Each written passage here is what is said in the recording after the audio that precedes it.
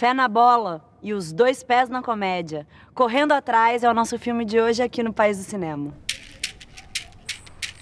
O sonho tão brasileiro de dar uma virada na vida, arrasando nos gramados, é o que move os personagens de Correndo Atrás, dirigido por Jefferson D. Paulo Ventania, interpretado por Ailton Graça, é um ex-jogador de futebol amador que vive cheio de dívidas e sonhos. Quer ser empresário de jogador de futebol e levar para o mundo o talento de Glanderson, vivido por Juan Paiva. No caminho dos dois, os obstáculos são os empresários trambiqueiros, os credores e as próprias trapalhadas de Ventania. Um filme que trata com bom humor e esperança os jeitinhos e a falta de jeito do brasileiro sonhador. Ô, coisinha tão bonitinha do pai. Ô, coisinha tão bonitinha do pai. Eu converso hoje com o diretor Jefferson D. e com Hélio de la Penha sobre o filme Correndo Atrás. Bem-vindos. Obrigado. Hélio, o filme nasce do seu livro. Conta pra gente um pouco do caminho de como nasceu essa história até ela virar filme.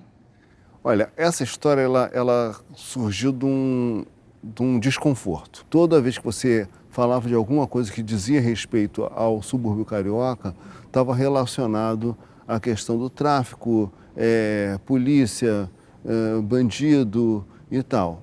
E eu nasci na Vila da Penha num momento bem anterior a isso e que não era aquilo, a minha vida não foi essa, foi, enfim.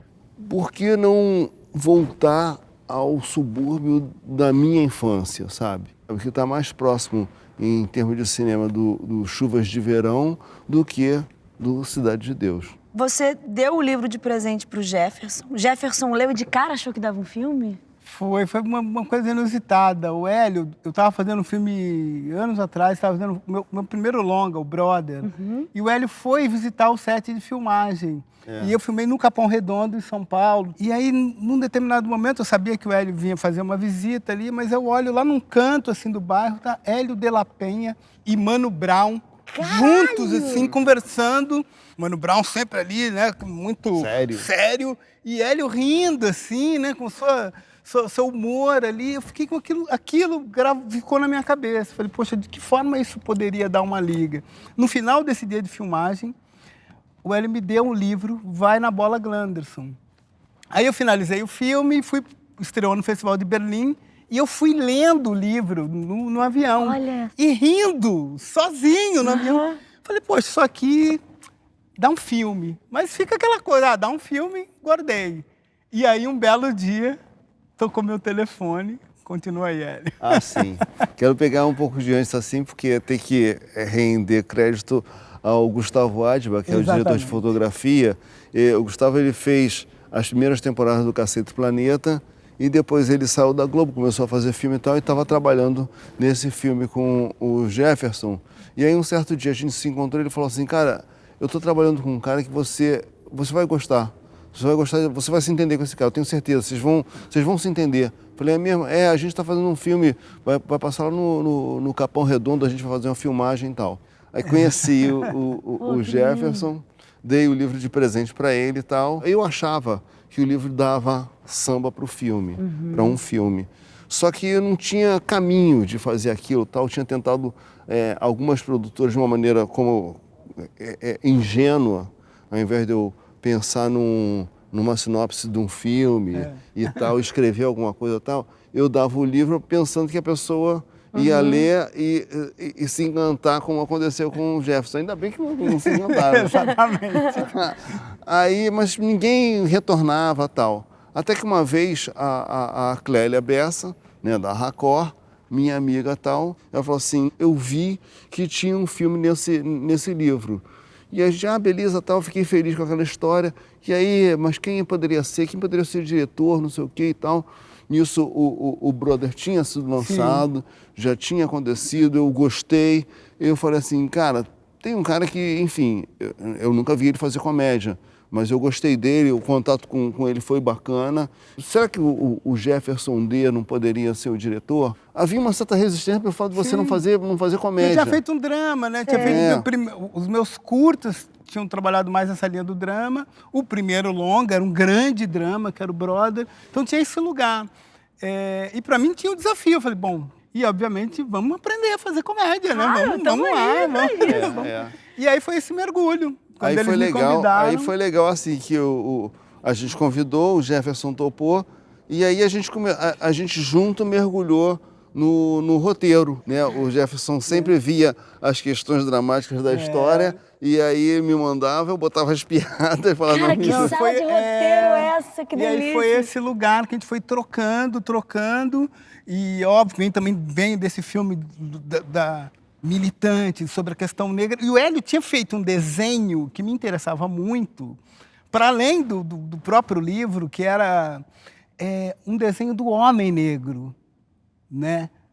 Seja um menino jovem, seja o próprio personagem que o Hélio faz, que é o Berinjela, seja o Ventania, seja o personagem do Lázaro Ramos. Sim. Então, você tem um desenho, um recorte muito bem-humorado sobre quem nós somos, quem nós brasileiros somos, mas, sobretudo, quem nós, homens negros, somos. Porque toda vez que você fala homem negro, você já fala, que hora que vai ser o assassinato, que hora que vai ser o assalto, que hora que vai ter a cena de violência.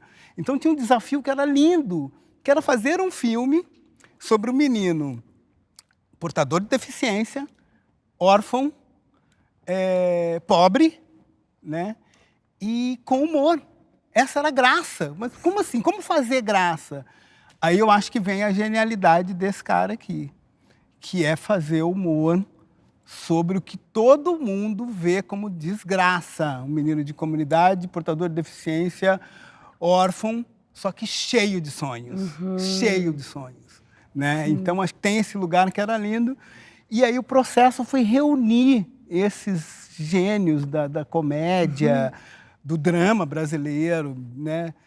Enfim, partindo do próprio Hélio, Ailton Graça, Lázaro Ramos, Antônio Pitanga, Rocco Pitanga, Tunico Pereira, que faz o grande padrinho. Então, assim, aí ficava fácil, porque a comédia tem muito esse lugar da matemática, né? Eu acho que se um diretor não atrapalhar, a própria construção, o próprio jogo entre os comediantes vai muito bem, né?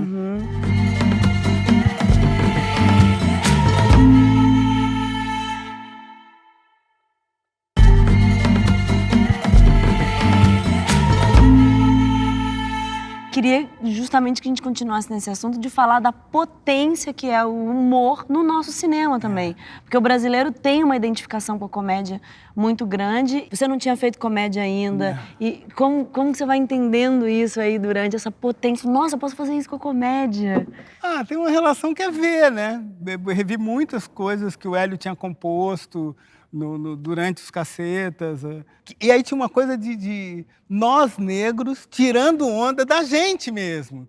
Que é muito comum isso nos Estados Unidos, no próprio Ed Murphy.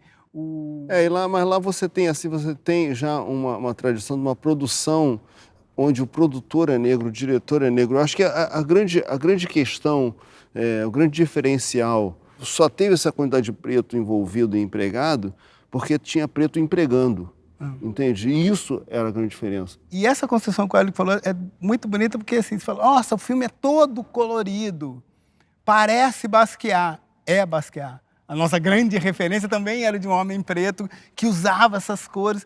Então é uma construção que se dá anteriormente no livro, que se vira filme, que ele vira produtor do filme, vira o produtor do filme, mas também ela acaba rebatendo e te dando um respaldo artisticamente. Fala, cara, vou mergulhar na cultura negra das Américas, do Basquiat ao Vando, toca Vando no filme, né? Sim. É lindo, né? Não, e aí tem essa coisa assim, porque ele é um filme com todas essas características, mas assim, a diretora de arte é uma branca, a produtora é a Clélia, não é preta. Enfim, ele também abrigava esse diálogo, sabe? Para não ficar uma coisa assim, pretos fazendo arte para pretos. Não, a gente queria falar para o Brasil, sabe? Eu acho que a gente conseguiu Apesar de ter vindo de um panfleto. Não, também, assim, Correndo Atrás é um filme que fala muito da nossa condição de colonizados, né? Então, tem um gringo salvador, tem um jogador que é um produto de exportação, tem o sonho de um carro importado, que é um mote para uma cena incrível, inclusive, e... Não à toa, no final, eles embarcam para a China num container escrito Made in Brazil. Não, que é uma coisa que o Hélio fez muito bem, a gente levou para o filme, que é trabalhar esses clichês, né? Então eu acho incrível quando a gente consegue partir de um clichê e aí 90 minutos depois você está num outro lugar. Né? Então você pode partir de um lugar que é o negro, o pobre da comunidade, mas você pode, né, conhecer, né, essa pessoa, esse personagem de maneira mais profunda. É o que a gente fez, é chegar mais perto da nossa câmera dessas pessoas. Esse navio tem uma coisa bem curiosa, assim, porque você pega o sonho do garoto era jogar no exterior. Você imagina, pegar um avião e ir para a Europa. O cara vai dentro de um container para a China. Ao mesmo tempo que esse navio que tem o container que vai para a China, o Jefferson batizou de Benjamin de Oliveira, que foi o primeiro palhaço negro brasileiro. Então, quer dizer, quem conseguir ler os detalhes do filme vai perceber a riqueza que a gente tentou colocar nessa obra, né? Não, e o filme também tem grandes participações de talentos enormes que nós temos aqui no Brasil. Como a gente falou aqui, o Lázaro, o Antônio Pitanga, qual que era para vocês a importância de ter esses nomes para contar essa história também? Discutia muito com ela essa questão da composição do elenco e eu queria... O personagem do Pitanga, por exemplo, é um personagem que chama Otelo. Então tem sempre nas paredes da barbearia, estão todos os jogadores, Paulo César Caju, Cláudio Adão, no campinho, os grafites todos, que parecem grafites antigos que estavam lá, mas não, a gente construiu grafite por grafite. De Tia Seata, do próprio Cláudio Adão, do Michael Jackson, do Obama, está tudo ali espalhado ao longo do filme, né? Espalhado no colorido do filme. E eu sentia muita vontade de reunir todos, sabe? É quase se a gente, infelizmente, foi reunido num navio... Nossos antepassados foram reunidos num navio negreiro e trazidos forçadamente. Eu queria também reunir todo mundo no mesmo navio, mas agora por um motivo de festa, e mandar esse filme para onde a gente mandou mesmo, para Toronto, para Chicago, para Nova York, para Roma, né? Devolver isso que a gente tem de lindo, de incrível. Sim. E aí, cá entre nós, né? Eu fico muito feliz de ser contemporâneo do Hélio, fico muito feliz de ser contemporâneo do Ailton Graça, ser contemporâneo do Tunico, ser contemporâneo do Lázaro Ramos, do Benegão, poder tocar e ouvir o Vando, né? O Jorge Aragão também, Coisinha do Pai. É um privilégio. E óbvio que o diretor sonha e os produtores dão um jeito de pagar. Cada um faz seu serviço. E aí foi lindo, porque também... aí no resultado tá tudo lá, né? Tá tudo lá. Na tela.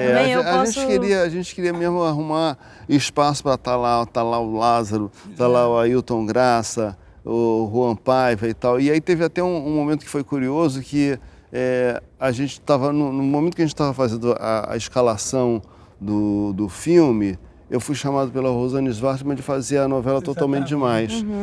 Então, eu estava trabalhando com o Ailton Graça, com o Juan Paiva, com a Lelê, e aí toda hora eu falava com o Jefferson, falava, cara, eu acho que tem uma pessoa aqui, tem um garoto aqui, novo, que eu acho que ele vai funcionar muito bem no nosso filme. É o Juan Paiva, não sei o quê. Cara, tô aqui com o Ailton Graça, será que, a gente não consegue... Aí a gente ficava discutindo assim, canta o cara aí, não sei o quê, será que o cara vai conseguir? E tal, e a gente ficava cercando essa galera toda, e que, enfim... E aí a gente conseguiu ter o Ailton Graça, que já era uma estrela, ao mesmo tempo que a gente conseguiu comprar na Baixa, né, a Lelê, o Juan Paiva. Entendeu? Ainda podemos contar com o Lázaro Ramos, que ele soube logo de cara, assim, no nosso projeto. A gente falou, Lázaro, a gente tem um negócio aqui, a gente não sabe em que lugar que você vai se encaixar, mas a gente queria muito que você estivesse junto com a gente e tal. Faz o americano. Cara, maravilhoso. Você fala assim, caralho, é brasileiro. Não, e a coisa do Jerry Maguire, né? Você fica Jerry Maguire não, era Jerry... Jerry, eu esqueci. O Jerry agora é até um filme do Tom Hanks, do Tom Cruise e tal. Mas enfim, é um empresário, e lindo. Mas eu queria só resgatar também esse menino que tem 3 dedos ali no pé direito e que quando a gente optou pelo Juan Paiva, né? O Juan Paiva é uma das grandes estrelas desse país, assim, para o futuro. Você conhece ele? Acabei de trabalhar com ele, um parceiro incrível, uma escuta atentíssima. E o Juan tem um lugar que quem observa no filme, ele tem um lugar que é da economia. Que para quem, óbvio, para quem vê um filme na televisão, no celular, no tablet, é uma coisa mais... No cinema, na tela grande, a gente muitas vezes precisa dessa economia. O ator não precisa fazer tão grande. Ele tem uma atuação elegante, né? Assim, naturalmente, porque ele tem um espírito muito bonito. Não é? É um menino que tem uma bondade, assim, ele tem uma pureza muito linda de se ver mesmo. E é claro, ele vai pra cena... Isso se realinha, seja com o personagem que for. E ele tem um lugar que, assim, ele é lindo. Ele é lindo. Ele é lindo.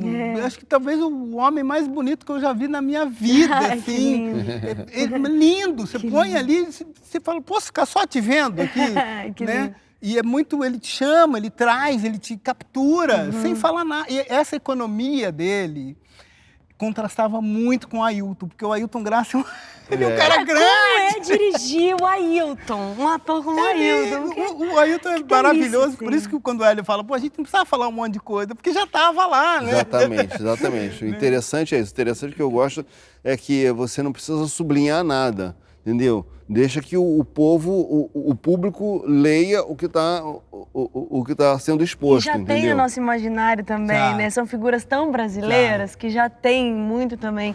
Então, conversa diretamente com o país que a gente tem dentro da gente também, né?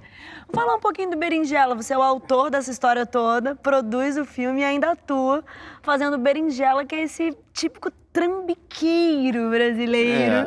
Vamos falar um pouquinho dele? Eu gostei muito de fazer o Berinjela, porque ele tem essa característica de, sabe, se o olheiro que acha um cara, aí você acredita no cara, mas ele diz que tem contato com todo mundo, mas ele até tem algum contato, mas ninguém leva tanta fé no cara. Então, quer dizer, porra, será que esse cara vai levar alguém para algum lugar, entendeu? E no fim das contas, tudo acaba dando certo, né? Eu acho que também tem um sonho que ainda é presente muito no Brasil, que embora muitos jovens, eles aprendem a jogar futebol em escolinhas, tal, né, em bairros até de classe média alta, mas ainda tem esse lugar do menino pobre que mora na comunidade. Então, eu acho que o filme também faz essa volta, tem né, muito. a esse lugar onde o sonho, o que você tem? O sonho, tem um sonho de ser jogador de futebol, um sonho uma vez de ser... de onde você tem realmente muitos heróis brasileiros, assim, porque você é pequeno, joga pelada naquele campinho. E que foi assim todos que eles... os bairros de todas as cidades do Brasil têm esses lugares. Quando a gente começou a conversar sobre o filme, aí eu levei o Jefferson para ver a Taça das Favelas. Exatamente. Lá em Bangu. Eu falei, cara, mais ou menos essa é a ideia, entendeu? A gente foi ao jogo em Bangu, foi ao Complexo do Alemão para sacar, entendeu? Do que a gente estava conversando, já que ele vinha de São Paulo e eu estava falando, não, mas esse filme se passa no Rio de Janeiro, embora não seja filmado no Rio de Janeiro, ele se passa aqui. Então, onde é que está? Está aqui. Sim. Vocês resolveram filmar em Muriaé. Sim. O quanto isso gera de empregos, direto e indiretamente? O quanto vocês sentiram que isso movimenta a vida daquela cidade? Assim, por que Muriaé? Olha, primeiro é o seguinte, a gente foi à cata de patrocínios e um dos patrocínios que a gente conseguiu foi da Energisa. E a Energisa, ela fomenta um polo cinematográfico em Cataguases. E então a ideia de você fazer um subúrbio fora do Rio, por quê? Porque o deslocamento era mais fácil, você tinha, o risco era menor, lá era um lugar mais tranquilo e que você tinha mais controle. E quando você traz um circo, como é o nosso filme, você acaba gerando diversos empregos. Começa assim, a figuração, a feira que você contrata, a costureira, o catering, o transporte, tudo. Então a cidade toda ficou mobilizada entendeu? E feliz, porque se você tivesse que parar um trânsito no Rio para fazer uma filmagem, as pessoas iam ficar iradas. Lá as pessoas estavam felizes de estar no engarrafamento do filme. Antes de você, entre a tua casa, né, ou no nosso caso, entre o hotel e a locação, não se levava mais do que 20 minutos, 15 minutos, as pessoas iam a pé para onde a gente ia filmar.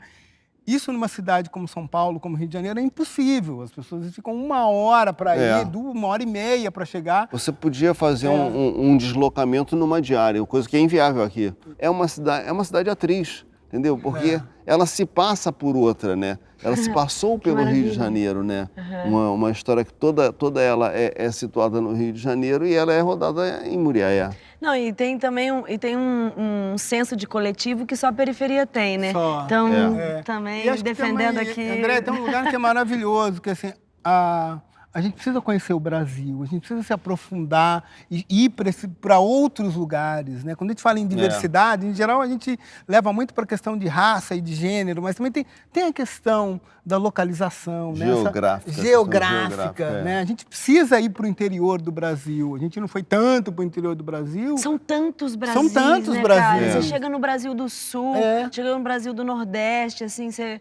Poxa, tem tanta... São lugares lindos. Musicalidade. Você vai para a Ilha do Marajó, o português, como o português... que país! E as pessoas se sentirem pertencentes àquilo que elas estão recebendo diariamente. Seja através da novela, seja através das séries. Ela fala, poxa, a minha cidade fez um filme, eu estava lá. Você acende um público então inteiro. É tão importante isso, né, para um país, que as pessoas se vejam a sua rua, vejam seu carro, vejam a sua loja. Isso é muito bonito. E, além de tudo, gerar economia, é o que a gente chama da economia criativa. Total. Né? Antes de fazer a última pergunta, eu queria dizer para vocês dois que eu concordo com você e que também sou muito feliz de viver no mesmo tempo que vocês, fazendo o que vocês fazem, da maneira como vocês fazem. Também considero um privilégio estar viva junto com vocês nessa terra, nesse momento.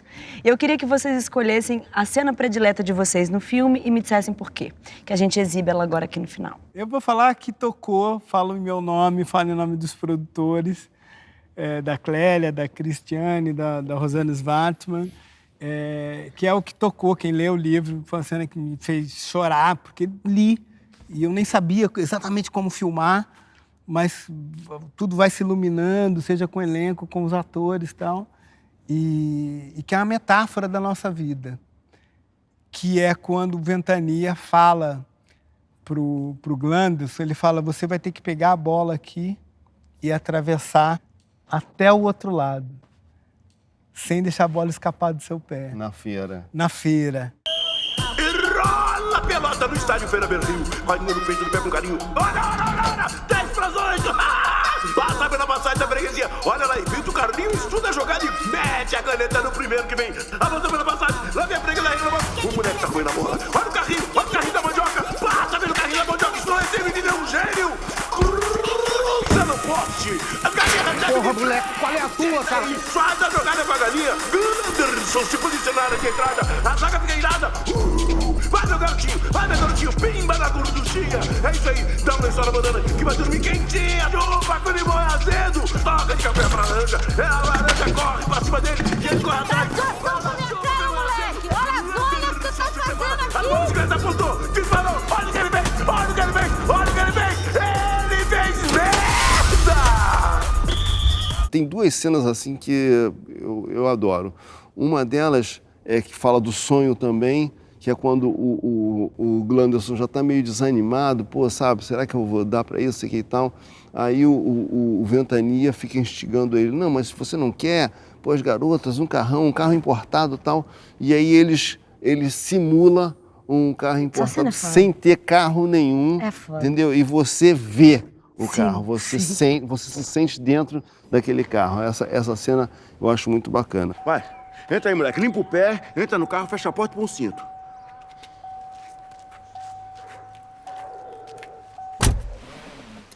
Liga a sonzeira aí, liga a sonzeira. Vai, vai. O volume.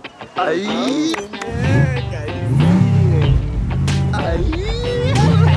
Vai tirando aí. Põe Depois você aí, cara. Tira a onda aí, sente a brisa. Emitindo noite, tá aí, curte o som. Ó, tá bonito aí. Faz um certo aí que eu tô dirigindo, faz aí.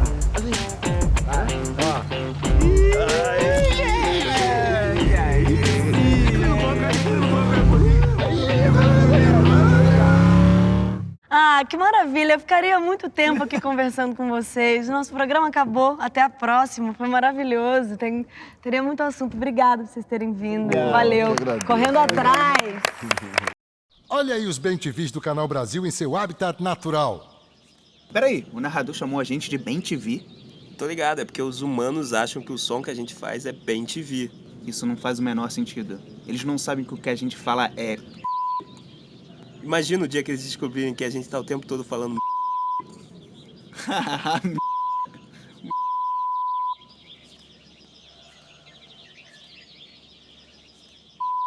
Tá, chega.